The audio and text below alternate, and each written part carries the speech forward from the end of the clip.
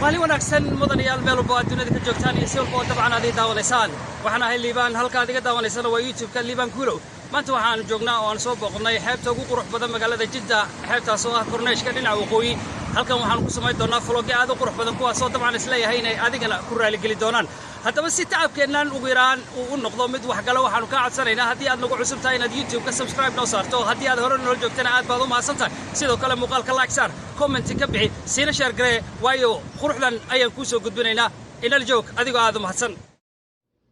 daawadayaal socdaalkeenu waxaanu ka bilownay suuqa weyn ee Star Avenue oo isagu ku yaalo halka ay iska galaan wadooyinka dariiq saari iyo waliba dariiqa caanka ah ee dariiq Malik suuqan hadda idin muuqda waa suuq weyn oo ay dadku si weyn uga tukaameystaan badina dadka iyagu ku nool magaalada Jidda si weyn ay u garanayaan suuqan waayo waa meel laga soo ganacsado dadkuna ay ka tukaameystaan sidoo kalena aad u bilic qurxoon marka aad timaado suuqan indhahaagu waxa soo jiidanaya bilicda quruxda iyo waliba hab dhismeedka suuqan oo iyadu laftirkeeda ah mid xiisaheeda leh suuqan waxa uu ka kooban yahay qaybo kala gedsan oo waxyaabo kala gedsan lagu iibiyo muuqaal ahaana waxa uu ka dhigan yahay amaba ka mid yahay dhismooyinka ugu muuqaalka qurxoon marka laga hadlayo magaalada Jidda gaar ahaan wadada dariiq Malik halkan hadda aad indhihiinu ku arkaysaan waa marka yutaan laga soo qaato dariiq Malik sidoo kalena loo dhaadhaco wadada hoose ee iyadu dusha sare ka marta xeebta taasoo tagta ilaa Kural Ardiya halkan hoosana ku dhamaata hotelka la yiraahdo Intercontinental laakiin haatan waxyar kadib waxaad arki doontaan calaamadda ay Jidda macruufka ku tahay amaba mowqica dadka dalxiisayaasha ah marka ay wadankan yimaadaan ay jecel yihiin inay markiiba sawir isaga soo qaadaan wax kale ma aha waa meesha kaliya ee runtii ugu bilicda qurxoon waana ta magaalada Jidda magaceedii halkaas ayuu ku qoran yahay waa meesha loogu dalxiiska badan yahay oo dadka yimaadaan dariiqan hadda aan ku socono dhismaha dhaadheer leh quruxda badan waxa uu hormari doonaa hotel ka mid ah hoteelada dunida lagu jecel yahay dalxiiskana loo tago dadka xoolaha haysta ee Ilaahay uu xoolaha siiyana ay badi jecel yihiin inay marka ay isguursadaan shahar casalka ama waxa loo yaqaano honeymoonka ku soo qaataan maalin hotelkaasi waa hotel dunida oo idin laga heli karo waana hotel runtii khidmadiisu aad u sareyso hotelkan qof walba waxa laga yaabaa inuu ku fikirayo inuu maalin uun mar waqti ku soo qaato aniga laftirkayga ruuxantii waan jeclaan lahaa inaan tago hadiiba ay duruufta ii saamixi karayso hotelka aan ka sheekaynayo amaba aan halkan idinku dhigayo ma ahan hotel kale waa hotel caan baxay magac leh meel walba oo dunidana runtii laga heli karo khidmadiisuna aad u sareyso hotelkan waxa uu ku yaalaa afaafka hore ee xeebtan quruxda badan leh waxaana loogu talagalay dadka xoolaha haysta iyo kuwa dalxiiska marka ay wadanka yimaadaan in hadiiba ay u baahdaan inay helaan meel ay salka dhigaan maalin uun waqti ku qaataan kuna raaxaystaan oo ay inta badan waqtiyadooda halkan quruxda badan leh ku qaataan iyaga oo marka awoodi kara in wadadan ay dhinaca kale u tallaabaan oo xeebta ay markiiba u dhaadhacaan xeebta iyo hotelkan waxa kala baro waa labadan wado iyo meesha dhaxda ah oo dadka loogu talagalay inay ku socdaan sidoo kalena waad aragtaa bilicda quruxda halkan ay leedahay dhirtan qurxoon ee dooga ah indhahana u ron waxa ay runtii caan ku tahay waa xeebta Korneeshka hotelka aan ka sheekaynayo ma aha mid kale waa ka muuqaalkiisa hadda soo baxay idin muuqda waa hotel caan ah balse fiican u fiiri isku day inaad garato bal ka fikir laga yaabo inaad taqaanid waa hotelkan dhismaha quruxda badan leh halka ka soo muuqday hadda soo baxaya hotelkaasi mid kale ma aha ee waa Hilton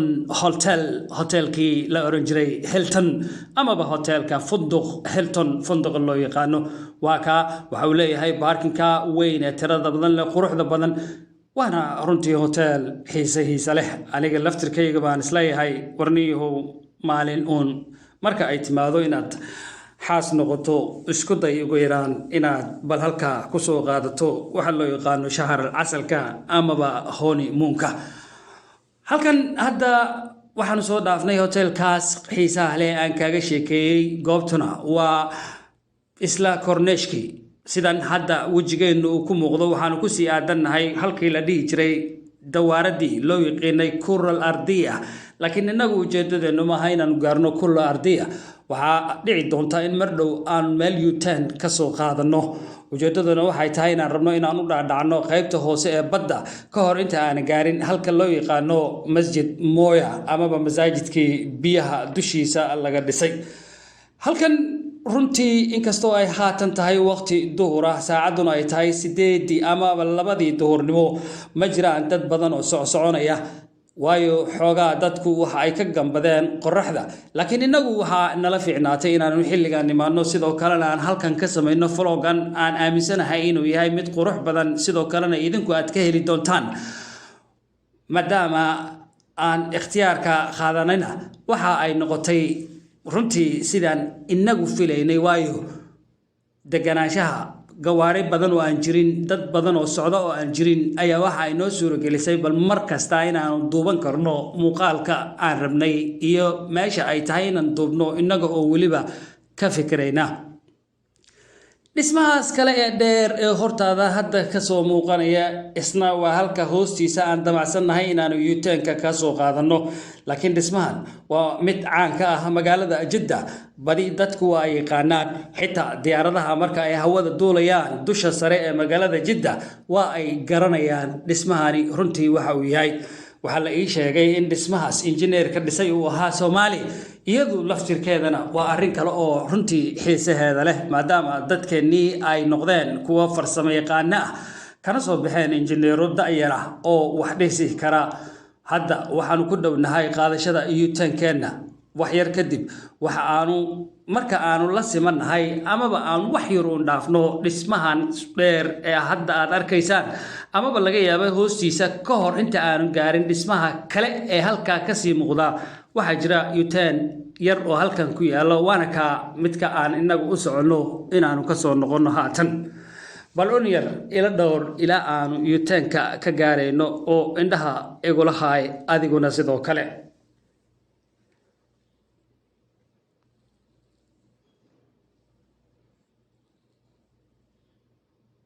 waxay la tahay in hadal kaliya aanu ahayn waxa ku haboon ee lagu amaani karo sida ay goobtani u qurux badan tahay ogowna quruxdan iyo mid ka badan qof walba oo ku fikira waa uu samaysan karaa waa kan U-turn-kii hadda aan rabnay inaan galno ujeedadayaduna ay ahayd markeedii horeba halkan ayaanu hadda ka soo noqonaynaa dhinaca kale muuqaalkan dhinaciisa midig ama baarkinkan aad arkayso gawaarida ka dambayso waxa ka dambeeyo dhismahaasi waa xeebtii ma ahan meel kale halkan marka aad tagto amaba xeebta aad gudaha u gasho dabcan indhahaagu waxay qaban doonaan waxyaabo badan oo kala gedsan sida dad kala nooc ah ummad xadaariyiin ah iyo dad aan cidna ku mashquulayn qof kale aan fiirinayn waatan badii aan soo baxnay baleek quruxdeeda fiiri hirarka ay sameynayso waxay sameynaysaa mawjadooyin halkan hoose amaba dabaqa dheer dhinaciisa suka meesha gidaarka dushiisa waa halka hadda inagu aanu taagannahay ee aan sawirkan idinkaga soo sameynayno runtii ma qiyaasi karo mana aqaan waxaan ku tilmaamo marka aan ka hadlayo bilicda iyo quruxda halkan taala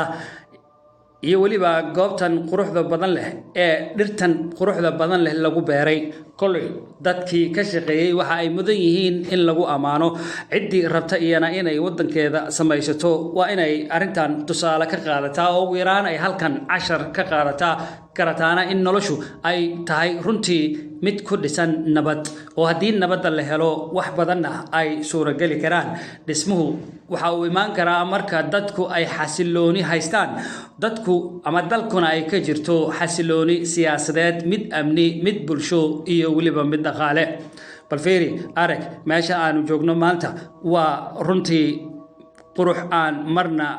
wax lagu sheego la garan karay laakiin waxaan rabaa inaan u barakeeyo dadkii quruxdan samaystay oo aan iraahdo ilaahay in uu ma aragtay iyaga u siyaadiyo quruxdooda annaga intii kale aan haysanna uu ina garansiyo inaanu helno dadku halkan waa ay iska soconayaan ma jiro gabar iyo wiilba nin iyo naagba cid adiga kugu mashquulaysa mana jirto cid ku dhahaysa maxaad ii duubaysaa waxaan isku dayay bal halkan inaan ku qaato jimicsi yar waa adiga arkaya hadda sida aan u baashaalayo kursigaasi waxa uu ka dhigan yahay bushkileeti laakiin waxaan jeclaystay inaan anna bal bushkileetiga oo fadhiyo oo aan dhaqaaqayn isku dayo inaan dhaqaajiyo waa nooc ka mid ah riyaadada amaba exercise-ka waxa loo yaqaano amaba aan ku yiraahdo af Soomaaliga jimicsi halkan hadda oo ah meesha aan ku jimicsanayo waad aragtaa quruxda iyo bilicda ay leedahay waxaan u dhaqaaqayaa bushkileeti midka ka weyn oo xogaa joog leh bal isna marka hore inkastoo noqon doono mid igu adag haddana marka dambe waxaan u malaynayaa inaan keeni doono hadda waad aragtaa in lugtu ay marba diidayso inay dhaqaajiso wili ay isku kaytoos leedahay laakiin mar dhow hadda sidaad aragtaba waa ay toostay oo waxaan noqday xariif baalka kaxayn kara ma ahay nin iska yimid ee waxaan ku soo koray magaalo runtii markaygii aan yaraana waan kaxayn jiray baaskiilada halkan ayaa ku soo gabagabeynaya waxaan filayaa inaad ka hesheen vlogan taasina waxaan ku eeg muuqaalkii koobnaa ee quruxda badnaa ee ka soo gudbinaynay quruxda bilicda ay leedahay xeebta tan ee Ubxur oo iyadoo ku taala magaalada Jidda dhinaceeda waqooyi ma noqon doono muuqaalkan kii ugu dambeeyay hase yeeshee waxaan filayaa inaan sidoo kale idin keeni doono muuqaalo kale oo isdaba jooga tan intaan muuqaaladaas idinkaga keeni doono halkan waa Liban Kulo oo idin leh fi amaanillah mac salaama